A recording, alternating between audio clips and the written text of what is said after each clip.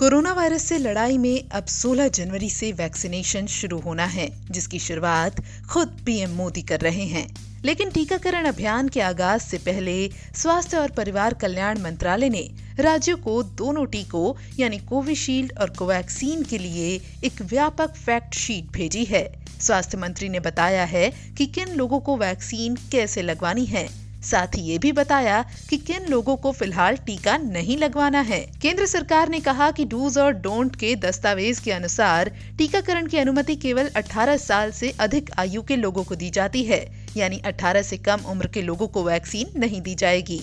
जिन्हें वैक्सीन की पिछली खुराक के चलते ऑनफ्लैक्टिक या एलर्जी रिएक्शन है, उन्हें भी वैक्सीन नहीं दी जाएगी। वहीं गर्भवती और स्तनपान कराने वाली महिलाओं को भी फिलहाल वैक्सीन नहीं दी जाएगी। साथ ही जिन कोरोना मरीजों को प्लाज्मा दिया गया है, उन्हें भी वैक्सीन नहीं दी जाएगी और किसी बीमारी के चलते अस्वस्थ या अस्पताल में भर्ती लोगों को भी वैक्सीन नहीं दी जाएगी। वहीं बता दें कि मंत्रालय से जारी बयान के मुताबिक वैक्सीन की दोनों डोज एक ही वैक्सीन की लेनी होगी।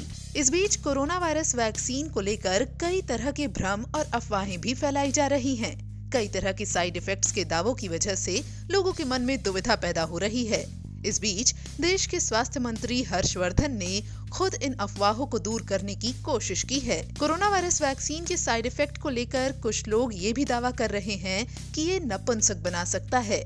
स्वास्थ्य मंत्री ने इसको लेकर कहा है कि कोई वैज्ञानिक सबूत ऐसा नहीं है जो बताता हो कि कोविड-19 वैक्सीन से महिला या पुरुष में बांझ बना सकता है। कृपया इस तरह की अफवाहों या अप्रमाणित स्रोतों से आने वाली सूचनाओं पर ध्यान न दें।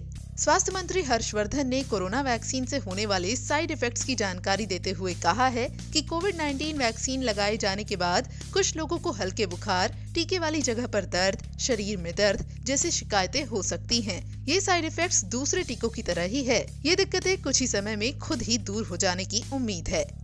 वहीं एक और भ्रम को दूर करते हुए स्वास्थ्य मंत्री ने कहा है कि कोविड-19 वैक्सीन लगाए जाने की वजह से आपको कोरोना वायरस का संक्रमण नहीं हो सकता। अगर आपको टीका लगाने के बाद अस्थायी साइड इफेक्ट के रूप में हल्का बुखार आता है तो इसे कोविड न समझें।